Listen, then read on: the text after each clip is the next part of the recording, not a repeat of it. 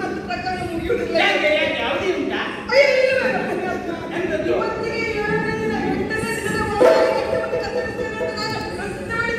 ಒಂದು ಮಾತು ಮೊದಲೇ ಹೇಳಿದ್ರೆ ನಾನು ಮಾತಾಡ್ತಾ ಇರಲಿಲ್ಲ ಮಾರೆ. ನಾನು ಮಾತಾಡಲಿಲ್ಲ.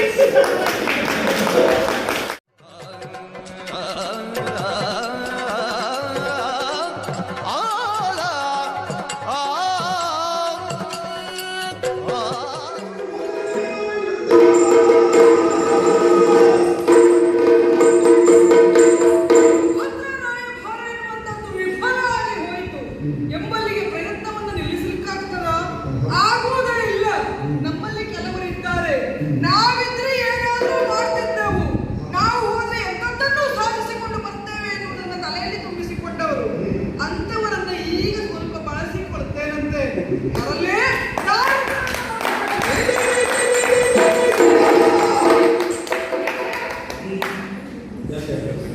ಬಂದದ್ದಲ್ಲ, ಇಲ್ಲಿವರೆಗೆ ಕೂಗಲು ಕಥೆಗಳಾಯಿತು ನೋಡುವ ಅಂತ ನೋಡೋಣ. ಒಂದು ನಿಮಿಷಕ್ಕೂ ನಾನೇ ಅವಕಾಶ ತಗೊಳ್ತೇನೆ ಈಗ.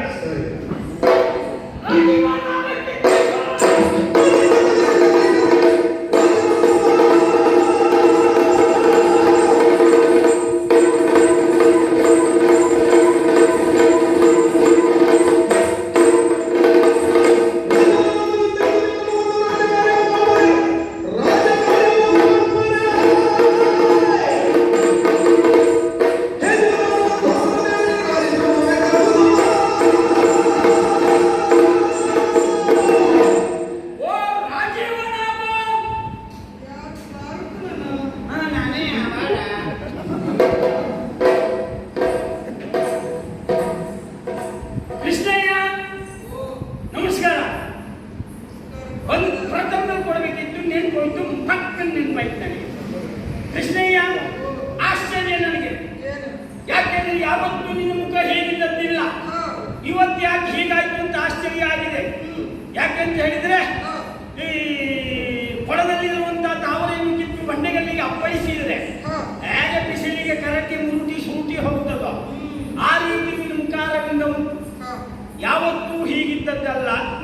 ಯಾರ ಮನೆಗೆ ಬೆಂಕಿ ಬಿಟ್ಟು ನಗಾಡ್ತಾನೆ ಇಲ್ವಮ್ಮ ನೀನು. ನಿನ್ನ ವಿಷಯ ನಂಗೆ ಚೆನ್ನಾಗಿ ಗೊತ್ತು. ಒತ್ತಿನಲ್ಲಿದ್ದವ ಎಲ್ಲರೂ ದುಃಖಿಸ್ತಾ ಕೂತ್ರೆ ನೀನ್ ನಗಾಡ್ತಾ ಇರ್ತಿ. ನನಗೆ ಯಾವ ಭಾವನೆಯೂ ಇಲ್ಲ. ನಿನ್ನ ಭಾವವೇ ಬೇರೆ ಅಂತ. ಯಾವ ಭಾವನೆ ಇಲ್ಲ ಅಂತ ಆದ್ರೆ ಮತ್ತೆ ನಾನು ಹೇಳ್ಬೇಕು ಅರ್ಥ ಅಂತ. ಪ್ರತಿಯೊಂದಕ್ಕೂ ಭಾವ ಉಂಟು. ಎಲ್ಲವರು ಹಾಗೆ ನೀನಲ್ಲ. ನನ್ನ ಮಾತು ಅದು. ಇನ್ನು ಎಲ್ಲ ನಗಾಡ್ತಾ ಇದ್ರೆ ನೀವು ಮುಖ ಸಣ್ಣ ಮಾಡ್ಕೊಂಡು ಕೂತೆ. ಹಾಗಾಗಿ ಕೇಳ್ತಾ ಇದ್ದದ್ದು ಯಾಕೆ ಹೀಗಾಯ್ತು, ದ್ವಾರಕೆಯಲ್ಲಿ ಧಾರ್ಮಿಕ ಇದ್ದಾಗಲೂ ಹೀಗಾಗ್ತದೆ ಅಂದ್ರೆ ಅರ್ಥ ಏನು? ಹಾಗಾಗಿ ಕೇಳ್ತಾ ಇದ್ದೇನೆ. ರಾಜೀವನ ಅಪಚಿತ್ತೈಸು. ನೀರಿದ್ದಾಗಲೂ ಹೀಗಾಯ್ತಲ್ಲ ಅನ್ನೋದೇ ನನಗೆ ಸಮಸ್ಯೆ. ಅಂದ್ರೆ ಅಲ್ಲದೆ ಹೋದ್ರೆ ಧಾರ್ಮಿಕ ಇರುವಾಗ ಸಮಸ್ಯೆ ಎದುರಾಗಲಿಕ್ಕೆ ಸಾಧ್ಯ ಉಂಟೇನೋ? ಅಂದ್ರೆ ಎಲ್ಲದಕ್ಕೂ ಪರಿಹಾರವನ್ನು ಸೂಚಿಸುವಷ್ಟು ಬುದ್ಧಿಶಕ್ತಿಯನ್ನು ಹೊಂದಿದವ ನೀನು. ಆದರೂ ಪ್ರಕರಣ ಎನ್ನುವುದಿಷ್ಟು ಮುಂದುವರೆದಿದೆ ನೋಡು. ಅಲ್ಲ, ಗೊತ್ತಿರಬೇಕು. ಬುದ್ಧಿಶಕ್ತಿ ನನಗುಂಟು, ಆದ್ರೆ ಕೇಳ್ಬೇಕಲ್ಲ. ಕೇಳಿದೆ ನಾ ಹೇಳ್ತೇ ಹೋಗ್ಬೇಕಾ? ಕೆಲವೊಮ್ಮೆ ನಮ್ಮ ಬುದ್ಧಿ ಹೋಗುದಿಲ್ವಲ್ಲ. ಆದದ್ದು ಏನು ಅಂತ ಬೇಕಲ್ಲ. ಗಯಗಂಧರ್ವನ ಪ್ರಕರಣ ಏನು? ಗಯ ಗಯಗಂಧರ್ವ ಒಂದು ಸುದ್ದಿ ಕೇಳಿದ್ದೇನಾ? ಸೂರ್ಯನಿಗೆ ಅರ್ಘ್ಯಜಲವನ್ನು ಕೊಡುವಂತಹ ಸಂದರ್ಭ ನನ್ನ ಅರ್ಘ್ಯಜಲ ಎನ್ನುವುದು ಮಲಿನಾಗಿ ಹೋಯಿತು. ಆ ಕಾರಣಕ್ಕೆ ಕುಪಿತನಾದಂತಹ ನಾನು ನನ್ನ ಅರ್ಘ್ಯಜಲವನ್ನು ಮಲಿನ ಮಾಡಿದವರು ಯಾರೇ ಆಗಲಿ ಪ್ರಶ್ನೆ ಇಲ್ಲ. 8 ದಿನಗಳ ಒಳಗಾಗಿ ಅವರ ಕಂಠವನ್ನು ಕತ್ತರಿಸ್ತೇನೆ, ಇಲ್ಲವಾದರೆ ನನ್ನೊಡಲನ್ನು ಒಂದಿಗೆ ಅರ್ಪಿಸ್ತೇನೆ ಎಂಬುದಾಗಿ ಶಪಥವನ್ನು ಮಾಡಿದ್ದೇನೆ. ಕೃಷ್ಣಯ್ಯ, ನಿನ್ನ ಬಗ್ಗೆ ನನಗೊಂದು ಅಭಿಮಾನ ಉಂಟು, ಸ್ವಾಮಿ ನಿಷ್ಠೆಯೂ ಉಂಟು. ಈಗ ನಾನು ಸೊಳ್ಳೆಯಿಂದ ಏನನ್ನೂ ನಿನ್ನಲ್ಲಿ ಕೇಳಿ ಏನು ವಾದ ಮಾಡಿ ಬೇರೆಯವರು ಯಾರು ನಿನ್ನ ವಿಷಯದಲ್ಲಿ ಮಾತಾಡ್ತಾರೆ ಅಂತ ಅವರು ಕುತ್ತಿಗೆ ಬಾಯಿ ಹಾಕ್ಬಿಡುವೆ. ನಾನು ನನ್ನ ಸ್ವಭಾವ. ಆದ್ರೆ ನೀನಿಷ್ಟು ಬುದ್ಧಿವಂತ ನಾವು ತಿಳ್ಕೊಂಡು ಒಂದೊಂದ್ಸಲ ನೀನು ಮಾಡು ಹೆಡ್ಡಸ್ತಿಗೆ ಪುಣ್ಯಾತ್ಮ. ಈ ಪ್ರಸಂಗ ಇಷ್ಟು ಉದ್ದ ಬರ್ಲಿಕ್ಕೆ ಕಾರಣವೇ ಇಲ್ಲೇ ಹೋದ ನೀನು ವಿಚಾರ ಮಾಡು. ಈಗ ಅಂತ್ಯವನ್ನು ಹೊಲಸಾಗಿರೋ ಕಾರಣಕ್ಕೆ ಪ್ರತಿಜ್ಞೆ ಮಾಡಿದೆ. ಹೌದಾ? ಸುಮ್ಮನೆ ಒಂದು ಅವನು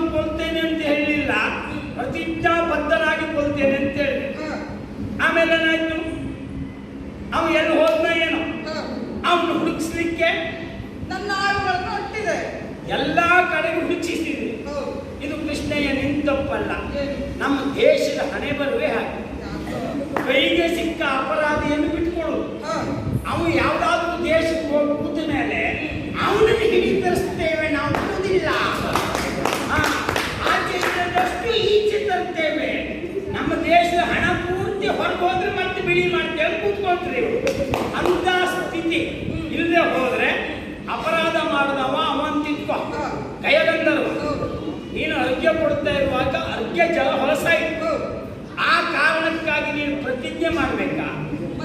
ಛೇ, ಈಗ ಅವನನ್ನು ಕೊಲ್ತೇನೆ ಅಂತ ಪ್ರತಿಜ್ಞೆ ಮಾಡುವಂಥದ್ದು. ಅರ್ಘ್ಯ ಹೊಲಸ ಮಾಡಿ ಹೋಗ್ತಾ ಇದ್ದವನಿಗೆ ಆಗಲೇ ನೀನು ಚಕ್ರ ಕಪ್ಪಣೆ ಕೊಟ್ಟಿದ್ರೆ ಕತ್ತರಿಸಿ ಬಿಸಾಡ್ತಾ ಇರಲಿಲ್ವಾ?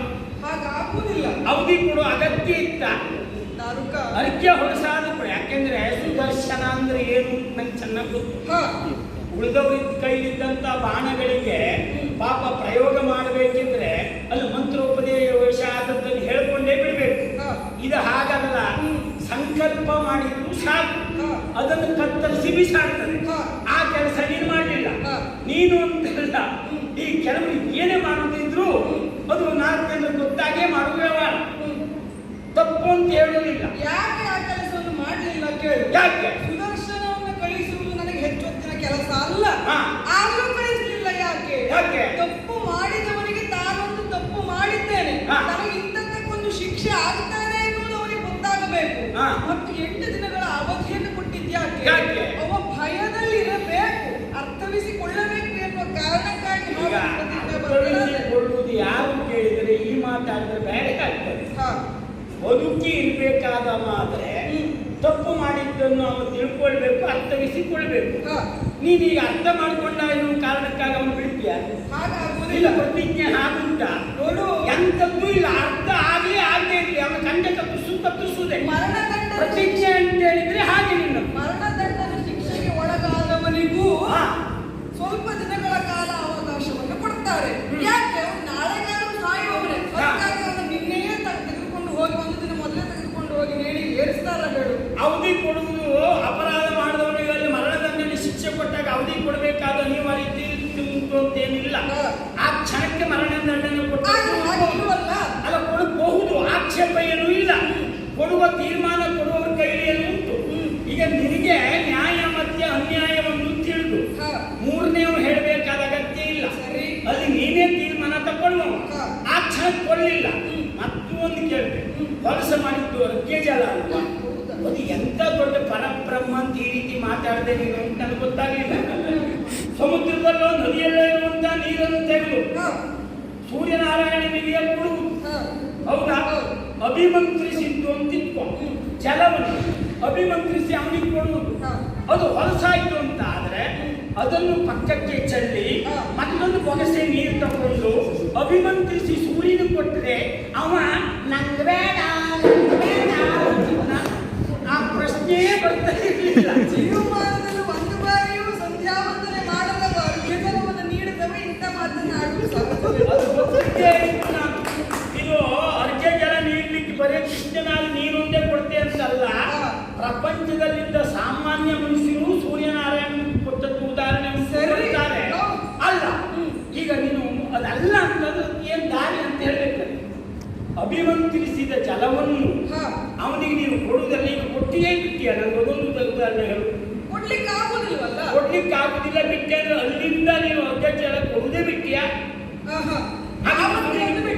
ಆವತ್ತು ದಿವಸ ಬಿಟ್ಟೆ. ಯಾಕೆ? ಯಾಕಂದ್ರೆ ಮಲಿನ ಆಯ್ತು. ಹೋಗ್ಲಿ ಚೆಲ್ಲು, ಬೇರೆ ತಕ್ಕೊಡು, ಬೇಡ ಅಂತ ಹೇಳ್ತಾ ಅಲ್ಲ. ಅರ್ಘ್ಯ ಜಲದ ವಿಷಯ ನಮಗೂ ಗೊತ್ತುಂಟು. ಅಭಿಮಂತ್ರಿಸಿದ್ದು ಎನ್ನುವ ಕಾರಣಕ್ಕಾಗಿ ಅದನ್ನೇನು ಮಾಡಿದೆ? ಅಲ್ಲ, ನೀ ಅಭಿಮಂತ್ರಿಸಿದ್ದಲ್ವಾ? ಈಗ ಮಾತಿರುವುದು ಅಭಿಮಂತ್ರಿಸಿದ್ದಾದ್ರೆ ಏನ್ ಮಾಡಿದೆ ಮುಂದೆ?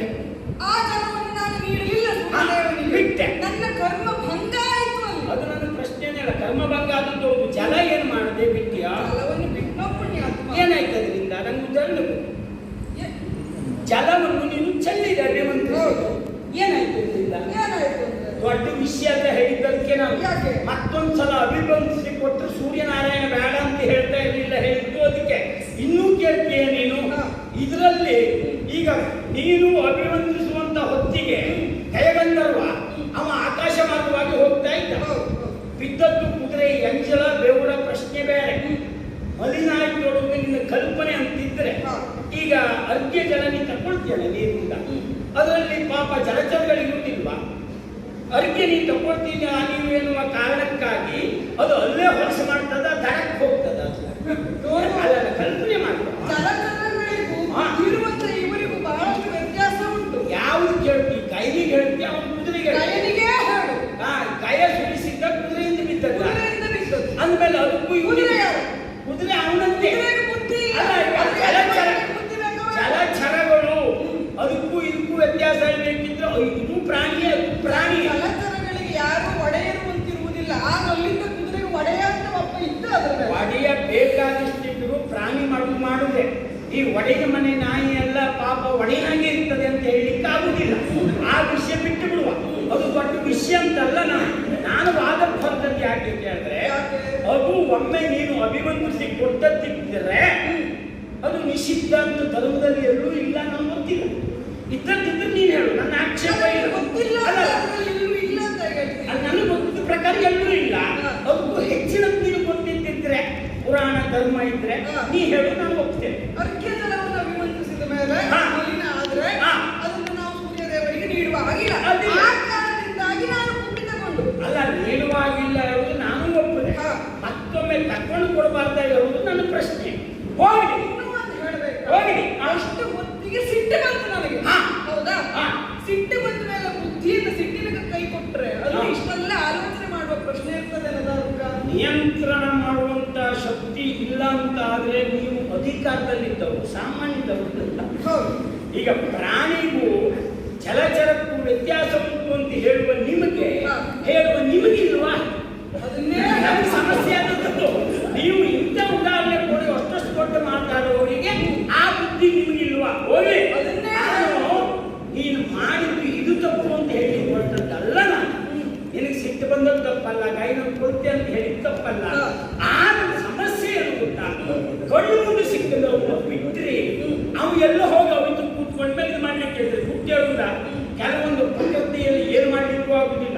ಒಳ್ಳೆ ಬಟ್ಟೆ ಹಾಕೊಂಡು ನಾವು ದಾರಿಯಲ್ಲಿ ಹೋಗ್ತಾ ಇರ್ತೇವೆ, ಕಾಗೆ ಮರದ ಮೇಲೆ ಕೂತ್ಕೊಂಡಿರ್ತದೆ. ಅದರ ಲೆಕ್ಕದಲ್ಲಿ ಇದು ನನ್ನ ಸ್ಥಾನ, ನಾನು ಕೂತ್ಕೊಳ್ಬಹುದು ಅಂತ ಆ ಪ್ರಾಣಿಯ ಲೆಕ್ಕದಲ್ಲಿ.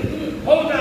ಅದು ಕೂತಿದ್ದಾಗ ನಾವು ಕೆಳಗೆ ಹೋಗ್ತಾ ಇರ್ಬೇಕಿದ್ರೆ ಅದಕ್ಕೆ ಪಾಪ ಏನಾದ್ರು ಹೊಟ್ಟೆ ಭಾರ ಆದ್ರೆ ಆ ಭಾರ ಇಳಿಸಿಕೊಳ್ತದೆ. ಕಾಕ ವಾಯಸ್ಸ ನಮ್ಮ ಮೈ ಮೇಲೆ ಬೀಳ್ತದೆ ಅಂತ ಇಟ್ಕೊ. ಹಾಗೆ ನಾವೆಂತ ಪ್ರತಿಜ್ಞೆ ಮಾಡುವುದ?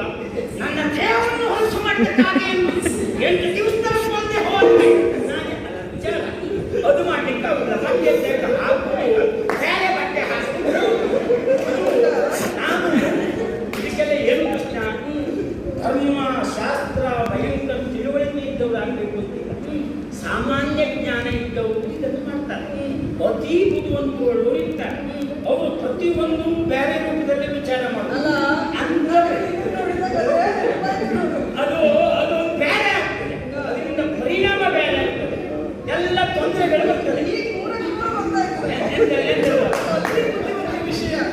ಪ್ರಾಮಾಣಿಕ ಬೇಡ, ಎಂತ ಮಾಡುವಾಳು ನೀನು ಕೆಳಗಿದ್ದು ನಾನು ಹಾಗಾದೆ ನೀ ಹೀಗಾದೆ ಅಂತ ಬೇಸರ. ನೀನು ಪ್ರಕರಣ ಹೀಗೆ ಮಾಡಿಕೊಂಡೆ, ಸಡಗರಲ್ಲಿ ಹೋಗುವುದಕ್ಕೆ ದೊಡ್ಡ ತಗೊಂಡೆ. ಇಲ್ಲ, ನೀವು ಎಲ್ಲಾದ್ಮೇಲೆ ನಮ್ಮ ಕರ್ಸು ನಮ್ಮ ತಲೆ ಮೇಲೆ ಹಾಕಲ್ಲೇ ನೀವು ಸರ್ವನಾಶ ಮಾಡಿ ಪ್ರಸಂಗ ಹೀಗೆ ಮಾಡಿದ್ರಿ ಅಂತ ಹೇಳಿಕೊಳ್ಬೇಕು. ಈಗ ಅವ ತಪ್ಪಿಸ್ಕೊಂಡು ಹೋದವ ಹೋಗೇ ಉಂಟ ಅಲ್ಲವೋ? ಇಷ್ಟು ಹೊತ್ತು ನನಗೆ ಒಂದು ಸ್ವಲ್ಪ ಮಾತಾಡ್ಲಿಕ್ಕೆ ಬಿಟ್ಟಿಯ ಮಾಡ್ಲಿಕ್ಕೆ ಬಿಡ್ಲಿಲ್ಲ. ಯಾಕೆ ಬಿಟ್ಟಿಲ್ಲ ಕೇಳುವ? ಅರ್ಧದಲ್ಲೇ ಇಷ್ಟು ಸಿಕ್ತು, ಇನ್ನು ಪೂರ್ತಿ ಮಾಡಿ ಎಷ್ಟು ಸಿಗ್ಬಹುದು ಅಂತ ವಿಚಾರ ಮಾಡ್ತೀನಿ. ಪ್ರಾರಂಭದಲ್ಲೇ ಈ ವಿಷಯದಿಂದ ನೀವು ಮಾತಿನ ಬರೋದು ನಿನಗೆ ಮರ್ತೋಯ್ತಾರೆ. ಯಾರು ನಿನಗಂತೂ ಹೇಳು, ಏನಾಯ್ತು? ಅವ ಎಲ್ಲಿದ್ದಾನೆ ಅನ್ನೋದು ಗೊತ್ತಾಗಿದೆ. ಗೊತ್ತಾಗಿದೆಯಾ? ಅಂದ್ಮೇಲೆ ಸಮಸ್ಯೆ ಅಲ್ಲಿಗೆ ಸಮಸ್ಯೆ ಆಗಿದೆ. ಯಾವುದು? ಪಾಪನಲ್ಲಿ ಹೋಗಿ ಆಶ್ರಮವನ್ನು ಪಡೆದಿದ್ದಾನಂತೆ.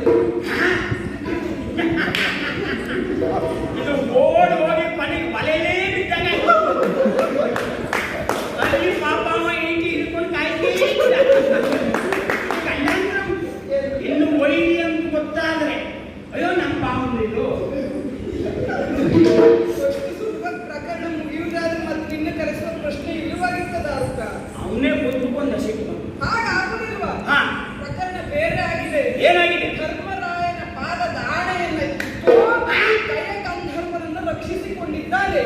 ನಿನ್ನ ವೈದ್ಯ ಗೊತ್ತಾದ್ಮೇಲೆ ಹೌದಪ್ಪ, ಎಂತದಪ್ಪ ನಂಬುದೇ ಕಷ್ಟ. ಅದು ನಾನೇ ಹೇಳ್ತೇನೆ. ಹಾಗಲ್ಲ ಮಾರಯ್ಯ, ನಿಮ್ಮ ಸಂಬಂಧ ಎಂತದ್ದು, ಭಾವನೆ ಅಂತ ನಿಮ್ಮ ಸಂಬಂಧ ಸಂಭಾಷಣೆ ಒಂದು ನೆನಪು ಮಾಡ್ಕೊಂಡ್ರೆ ನನಗೆ ಈಗ ಆಗ್ತದೋ? ಈಗ ಅವ ಹಾಗೆ ಹೇಳಿದ್ದಾನೆ, ಆದ್ರೆ ಅವನಿಗೆ ಒಂದು ಗೊತ್ತು ಮಾಡಬೇಕು. ವಿಷಯ ಗೊತ್ತಾಗಿದೆ. ಹೇಗೆ ಗೊತ್ತಾ? ಹೇಗೆ? ನನಗೂ ವಿಷಯ ಗೊತ್ತಾದ ಮೇಲೆ ಹಾ. ತಂಗಿ ಸುಭದ್ರೆ ಕರೆದೆ. ಕರೆದು ತಂಗಿ ಒಂದು ರಾಯಭಾರ ಮಾಡಿ ಬಾ, ಹಾ. ಆ ರಾಯಗಂಧರ್ವನನ್ನು ಬಿಡಿಸಿಕೊಂಡು ಬಾ, ಹಾ, ಈ ಹೇಗೆ ವಿಷಯ ಬಿಡಿಸಿ? ವಾಸ್ತವವನ್ನು ಹೇಳಿ ಹಾ. ಅಂತ ಹೇಳಿದೆ. ಪರಿಣಾಮ ಹೋದ್ಲು. ಹಾ ಒಂದು ದಾರಿಗೆ ಸುಂಕ ಇಲ್ಲ ಅಂತ ಹಾಗೆ ಬಂದದಾರುಕ. ನೀನ್ ನೋಡಿ ಇದ್ದದ್ದೇ ಮಾಡು. ಯಾಕೆ ಸುಮ್ಮನೆ ಸುಭದ್ರಾದೇವಿಯನ್ನು ಅಲ್ಲಿ ಕಳಿಸಿದ್ರು ಕೃಷ್ಣಯ್ಯ? ಏನಾದರೂ ಪರಿಣಾಮ ಆಗ್ತದ ಅಂತ. ಪರಿಣಾಮ ಅಲ್ಲ, ಈ ರಂಗಕ್ಕೂ ರಾಜಕೀಯ ರಂಗಕ್ಕೂ ಯಾವುದೇ ಕಾರಣಕ್ಕೂ ಹೆಣ್ಮಕ್ಳನ್ನು ಬಳಸಬಾರ್ದು. ಅದು ಕೆಲವರ ಅಭಿಪ್ರಾಯ ಒಪ್ಪೋಣ. ಕೆಲವರು ಇರ್ತಾರೆ ಅದಕ್ಕಾಗುವುದಿಲ್ಲ ಇದಕ್ಕಾಗುವುದಿಲ್ಲ ಅಂತ ಹೇಳುವವರು ಇರ್ತಾರೆ.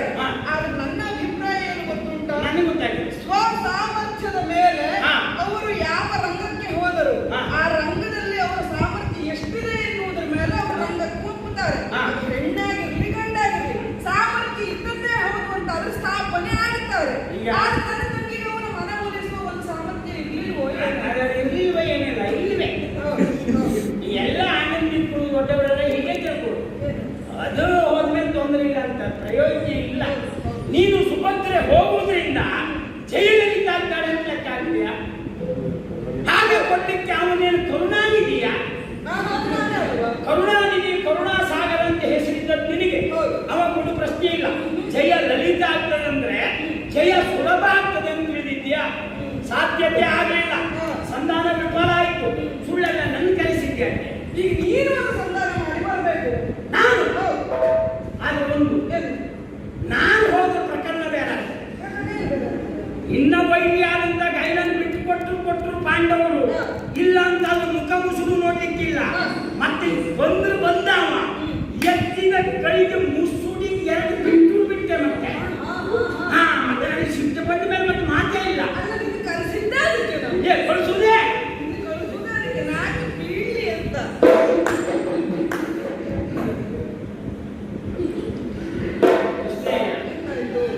ಅಲ್ಲ, ನೀನು ನಿನ್ನ ಮಾತು ಒಂದೊಂದ್ಸಲ ಅರ್ಥವೇ ಆಗುದಿಲ್ಲ. ನೀ ಯಾವ ಬದಿಕಲ್ಲಿ ಹೊಡಿತಿ ಎಲ್ಲಿ ಹಣ್ಣು ಕೆಡುತ್ತಿ ಅಂತ ಹೇಳಲಿಕ್ಕೆ ಆಗುದಿಲ್ಲ. ಅಂದ್ರೆ ನಾಲ್ಕು ಬೀಳ್ಬೇಕು ಅಂತಲೇ ನನಗೆ ಕಳಿಸುವುದಾ? ನಾಲ್ಕು ಬೀಳ್ಬೇಕು ಅವರಿಗೆ. ನಾನು ಹೋದ್ರೆ ಮತ್ತೆ ಅವ್ರಿಗೆ ಬೀಳ್ತದೆ. ನಾಲ್ಕು ಬೀಳದೆ ಬರಬಾರ್ದು. ಸಿಟ್ಟ ಬಂದು ಎಳೆದು ಮತ್ತೆ ಕೈಗೂ ನಾನು ಪುಟೆ ಅಂದ್ರೆ ಅವ ಒಳ್ಳೆ ಸತ್ರೆ ನಿನ್ನ ಪ್ರತಿಜ್ಞೆ ಕಥೆ ಅಂತ ಅದೊಂದು ಮಾಡಬೇಡ. ಆದಷ್ಟು ಅವನ ಪ್ರಾಣವನ್ನು ರಕ್ಷಣೆ ಮಾಡಿ ಕರೆದುಕೊಂಡು ಬಾ ಆಯ್ತಾ? ಜೀವ ಸಹಿತವಾಗಿ ಹಿಡ್ಕೊಂಡು ಬರ್ಬೇಕಾ? ಇಷ್ಟನ್ನು ಜೀವ ಉಳಿಸುವ. ಯಾಕೆಂದ್ರೆ ನೀನು ಪ್ರತಿಜ್ಞೆ ಪೂರೈಸಬೇಕಿದ್ರೆ ಅವನ ಜೀವ ಉಳಿಬೇಕು. ಎಲ್ಲೂ ಆಗಿಲ್ಲ. ಯಾವ ತಜ್ಞರು ಬೇಕಿದ್ರೆ ಬರಲಿ, ನಾವು ಆದ ಏನಂತ ನೀನು ಎಂದೇ 8 ದಿವಸಕ್ಕೂ ಒಳಗಾಗಿ ಅದರ ಕಂಠವನ್ನು ಕತ್ತರಿಸ್ತೇನೆ. ಕಂಠ ಕತ್ತರಿಸ್ತೇನೆ ಅಂದ್ರೆ ಪರ್ಯಾಯವಾಗಿ ಶಬ್ದದ ಅರ್ಥ ತಕೊಂಡು ಮಾತಾಡುತ್ತಿದ್ರು ಅವನನ್ನು ಕೊಲ್ಲುವುದು. ಕೊಲ್ಲಬೇಕಿದ್ರೆ ಜೀವ ಇರಬೇಕಬೇಕು. ಮೊದಲೇ ಸತ್ತಕ್ಕೆ ನೀವು ಮಾಡಿನ ಅಂದ್ರೆ ನಿನಗೆ ಸಂಬಂಧವೇ ಇಲ್ಲ. ಅವ ಈ 3ನೇ ದಿವಸಕ್ಕೆ ಸತ್ತೀನಿ ಅಂತ ಮಾಡ್ತೇವೆ. ಅದು ಕಡೆಗೆ ನೋಡ್ಕೊಂಡು ಕೊನೆಗೆಲ್ಲ ವಿಚಾರ ಮಾಡಬೇಕು. ಕೊಲ್ಲಬೇಕು ಅಂತ ಅದು ಜೀವ ಇರಬೇಕು. ಸತ್ತವರನ್ನು ಕೊಲ್ತೇನೆ ಅಂತ ಮಾತಿಲ್ಲ. ಅದು ಆಗ್ಲಿಕ್ಕಿಲ್ಲ. ವಾದಕ್ಕೆ ನಾನಿರ್ತೇನೆ. ಹೆಚ್ಚು ಕಡಿಮೆ ಆಗಿದೆ ಹೋದಾಗ ಅವನು ಹಿಡ್ಕೊಂಡು ಬರ್ತೇನೆ. ನೀ ತಲೆ ಬಿಸಿ ಮಾಡ್ಕೋಬೇಡ. ಅಷ್ಟೇ ಅಲ್ಲ, ಇನ್ನುಂಟಲ್ಲ ನಿನ್ನ ಹೆಂಗಸರಿದ್ದಾರಲ್ಲ ಅವ್ರ ಒಟ್ಟಿಗೆ ನೆಮ್ಮದಿ ಮತ್ತೆ ನಿದ್ದೆ ಮಾಡು. ಸರಿ ತಲೆ ಬಿಸಿ ಮಾಡ್ಕೋಬೇಡ. ಬೇಕಿದ್ರೆ ಏನೇ ತಲೆ ವಾದಕ್ಕೆ ತಂಪಾಗಿ ನಿದ್ದೆ ಮಾಡು. ಬಿಸಿ ಕಡಿಮೆ ಅದಕ್ಕೆ ಸರಿ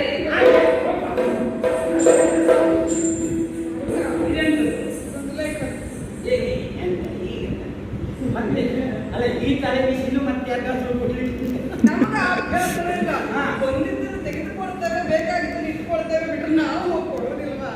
ಬರ್ತದ್ದೇ ಇಲ್ವಾ? ಹಾ? ನಮಗೆ ಬರ್ತದೆ, ಯಾರಿಗೂ ಬರ್ತದೆ.